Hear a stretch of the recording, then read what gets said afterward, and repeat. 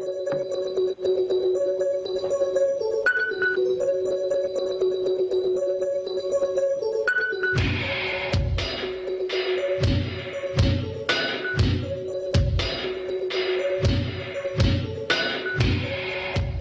do this one real quick. Is it Tracy? Yeah. How you doing, Tracy? Okay. Do you have a question for us? I do. When we take the Bible, if you take it all the way back, All the way back I'm to talking where? about all the way back before there was time. Did you know creationists and evolutionists agree on one thing? First of all, I don't agree with your premise that you can take it back to before there was time. Okay. Well, there was a singularity when they said that there was a point in time where there was nothing. That's what evolutionists said. You go back in time to a point where there was absolutely no molecules, no nothing, and all of a sudden there was a bang. No. First of all, evolution relates to biology. It only deals with what happens to life after it forms. It has nothing to do with cosmology or the universe or abiogenesis or anything like that. So evolution, evolution has nothing to say on that. However, what you're saying about going back to a time when there was nothing, while we don't know exactly how the universe started, the prevalent theories don't say there wasn't anything. As a matter of fact, the first law of thermodynamics is that matter and energy can't be created or destroyed. They can only change form. So that would dictate that the universe has always existed in some form. Now, can you give me a lowdown on the Big Bang Theory then? What is the Big Bang Theory in your mind? That's kind of what I was just doing. Basically, if you trace back, and the Big Bang has been confirmed, it's as much of a confirmed theory / fact as anything else you'll find. The cosmic background microwave radiation, which was predicted by the Big Bang Theory, has been measured, and it matches dot for dot.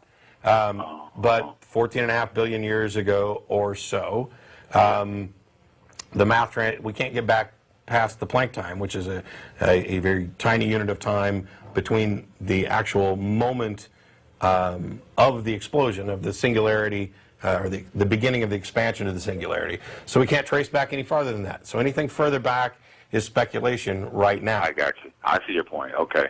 Now, physicists, and Tracy pointed this out the other day, physicists will often say that time began with the Big Bang.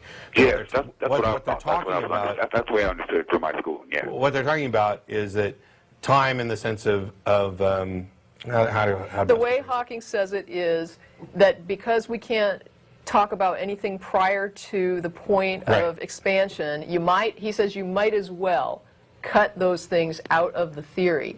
He's not saying that time didn't exist. He's saying there's really no point talking about it prior to the formation of the current incarnation of the universe. So time it's not that he's saying it didn't exist. He's simply saying it's not important until this universe forms. Because at that point, we have something we can measure. Prior to that, we have nothing we can measure, and so we can't really talk about it. And so let's just say, for the sake of the theory, time starts with our universe. So it's not that he's saying that it actually started with the universe. He's simply saying that's when it becomes relevant to us. However, since we don't actually know or even have a good theory understanding of the beginning of the current state of our universe, and now that we've cleared up the definitions, what was the actual comment or point that you were going to make? My point is simply this, and I'm sure you've heard it all before. It just seems to me, an intelligent species such as ourselves, it just seems to me, man, that we had to come from some sort of intelligence, that's all. Why? It just seems that some type of a designer or some type of a design said, Big Bang, bang, be there. Because I kind of believe in the Big Bang Theory. I just think that it had a cause. Not just something random and not just a molecule. Something caused that damn thing to go bang. And creation started, evolution started, all at the same time. That's all I'm thinking. So you basically said two different things that are unrelated, and I want to make sure that we kind of hit both of them real quick. One you said is that you don't think intelligent people could have come from anything other than an intelligent designer.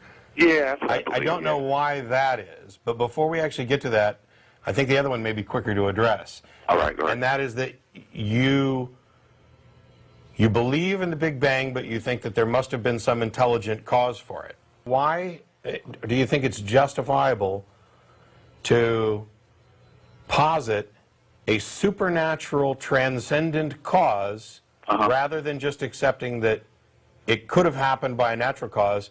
Yeah, what's natural, though, man? What made natural? What made nature? I just want to know the why behind the why. That's just how I'm designed. You know? You're asking the wrong questions. You're asking all the wrong questions, and all of the questions... Well, maybe I'm talking to the wrong guy about the right questions. Maybe that's it. Well, if you'd let me finish real quick. Go ahead, buddy. Go ahead. The reason you're asking the wrong questions is because your questions presume the nature of the answer. It's like saying, why did the universe exist? That's the wrong question. The question is, the universe exists. What is the explanation? By asking what the explanation is, that leaves open any possibility. And it could be that the explanation is some God type thing created it. Or it could be that it occurred by natural processes that we don't have an understanding of. But when you say why, you imply purpose and design. I sure do. I sure do, man. Yeah, well, you're right. And I do that on purpose. That narrows the possibilities of the answers. It narrows the directions in which you can look for answers. So basically, you're assuming the answer and then going looking for it. And when you don't find anything that's satisfying, you feel justified in presuming that your original presumption was correct.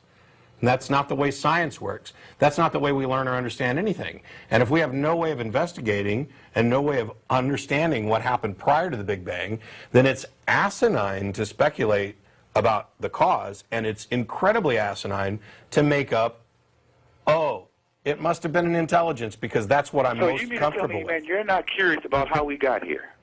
What do you mean? Man, come on. What do you mean? No, that's a question that the whole human race is asked. I never said I wasn't curious. Okay. I'm just saying that I'm not willing to narrow down the answer to why. All right, I'm with you on that. I'm open to any answer. Oh, God. Your mind is at least partially closed because you are narrowing the possible answers to only those that you're most comfortable with. That isn't science, it's not reason, it's not logic, it's not wisdom, it's fantasy. It's comfort. You're seeking the answer that you're most comfortable with. And I'm sorry, but that's not a path to truth. I am interested in where all this comes from, but I can also accept that there may be questions that not only do we not have the answer to them now, we may never have the answer to them. So let's instead focus on answering the questions that we can ask, continue to seek out the explanations as best we can, and not narrow the focus of our examination in such a way that we're making appeals to the supernatural. That's just not the way to go about it. I see your point. Man, I see your point. Sort of. I really do. About 50% of it, I see. But I do keep my open mind. I keep an open mind. So. Okay. I got no problem with that. I mean, you're right on one level in that we're all interested in the answers to these questions. And I can certainly understand why people would feel more comfortable personalizing something or anthropomorphizing something so that, I mean, it's nice to think that there may be some intelligence out there that's guiding everything or that cares, but there's no evidence to support that that's possible or the guiding and the caring thing. I do think that somehow or another some type of intelligent design created us. Okay, and what created that intelligence? And see, there you go. And that's the same thing. You're right. You can go backwards and backwards and backwards. So I don't know, man. Because you just did one of the most beautiful, honest things ever, and that was you said the words, I don't know. Okay. And that's it. I mean, that doesn't mean you stop looking. You know when you stop looking is when you have an answer. And that's one of my biggest objections to religion, is because religion pretends to offer answers. All the answers. That stop investigation. There you go. Yeah. Can I just have a real quick thing? I just wrote to somebody this week, and I said, Matt taught me a magic trick, which I have used a couple times, and whenever I do it, people are just like, you're creeping me out because I don't know how you're doing that. People will say when it gets done, how did you do that? And I'll say, it was the psychic energy. It was magic. You know, it's magic. Well, I have yet to meet one person who is satisfied with that answer, who says to me, oh, okay, I guess it's magic. Well, no, people know that there's got to be a real explanation. Magic is not an explanation.